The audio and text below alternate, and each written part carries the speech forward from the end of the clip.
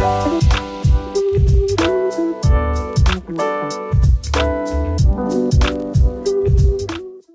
there, I'm Pete May, President of GreenBiz Group. I'm here with Michelle Lancaster, Director of Sustainability Engagement at Microsoft, longtime partner of ours and longtime friend of GreenBiz. Michelle, great to see you. How are you weathering the pandemic? We're doing as well as can be expected in a house with a dog and a 4.5-year-old. So Right, yeah, apologies for any noises. Right, last time I saw you on camera with both, so hopefully we'll get an appearance from them at some point. So we know we're marking this at a point in time. But it's great to have you here.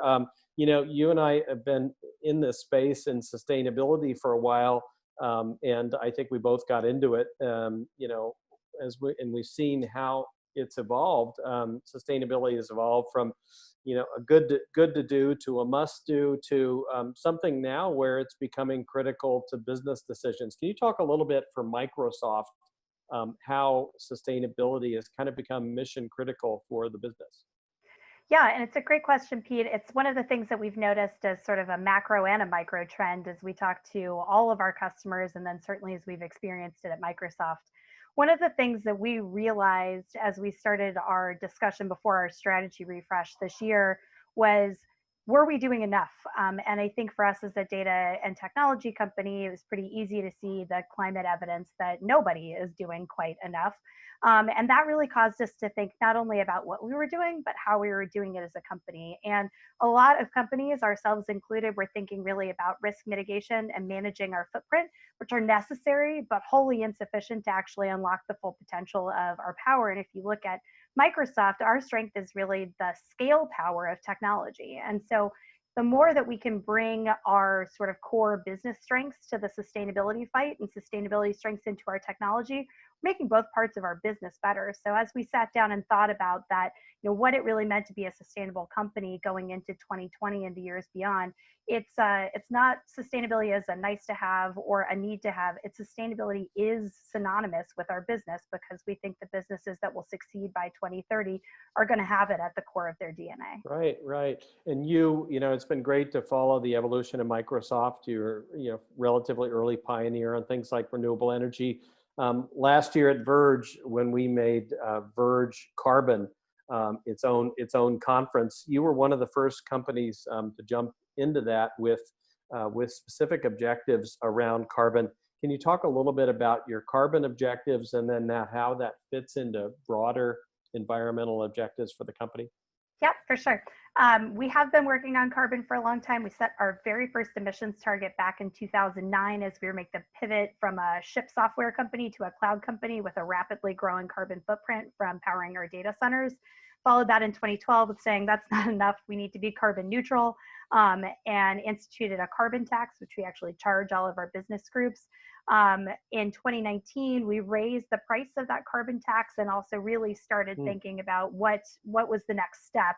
And that culminated this year in our January announcement to be carbon negative by 2030, to remove all of our historical emissions by 2050, and then to set up a $1 billion climate innovation fund to go along with that. And that is, again, an acknowledgement that we can and should be doing more. But also really a moment where carbon math came home to roost at Microsoft. I think anytime you have a president of a company spending about 15 minutes delivering a master course on what scope 1, 2, and 3 look like as part of a press conference, you've turned a page at the company. And that's how we're looking at it. It really needs to be full-scale transparency on what carbon looks like at a company, what you're doing to not only get to zero, but get below zero through carbon removal. And I think the other piece of that was really meaningful we expanded our carbon tax. We included scope 3 for the first time in our carbon tax and really in our accounting as what we needed to remove.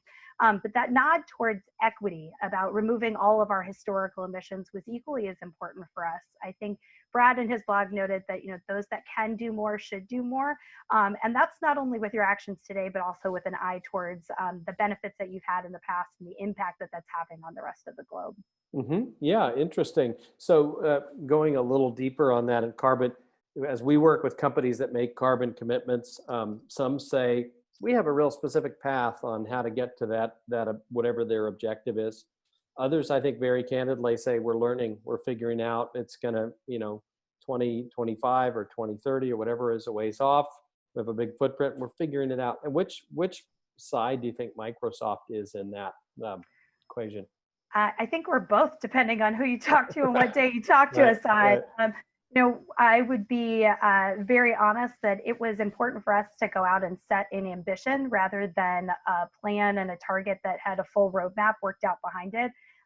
By the time we got to that January announcement, we felt like pretty confident that we would get, to where we needed to be in 2025. But to be carbon negative, that's not just Microsoft changing, that's systems changing. And so right. we're taking a bet on the fact that our future commitment can pull markets along, that we're going to use our capital, our policy, our partners, and our supply chain to pull the rest of that along. And I think we've got a pretty good plan to cover what we know. But the other thing that we discovered is, especially when you start to poke at scope 3 data, even as a data company, that is not robust, fully and complete data. So anybody I think that says they have a full view of what their carbon footprint is and how to get to zero, I'd love to talk to them Yeah. because I don't know quite how Right. you do it. I think it's really important to set that ambition, because until you set the ambition with a close enough target in, you don't have the same business imperative to actually go clean up the data. And that was certainly what we saw.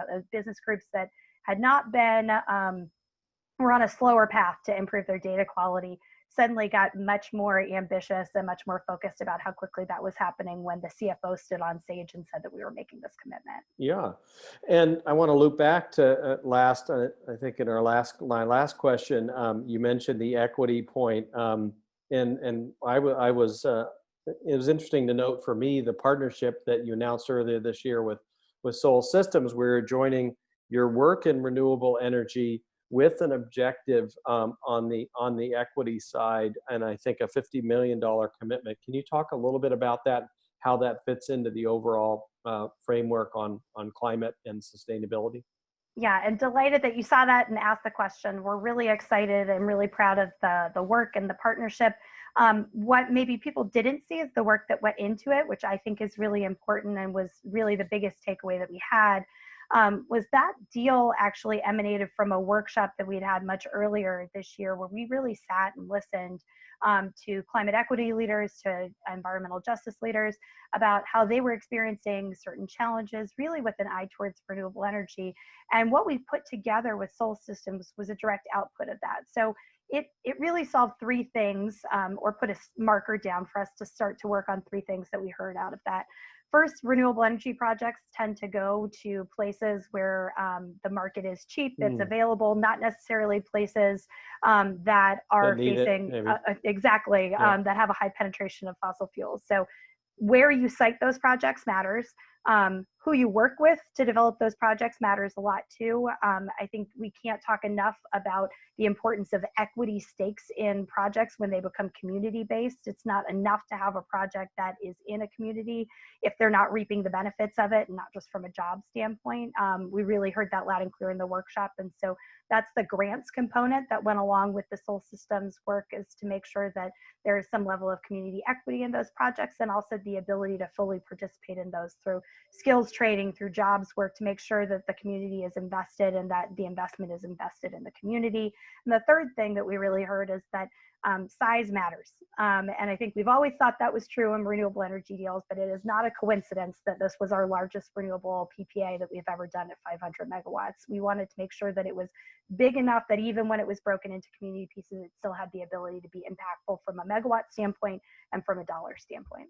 Yeah, well, that's great. And again, hats off to Microsoft marrying the carbon commitment to broader sustainability commitments, and marrying the environmental sustainability side with the equity side. It's so important.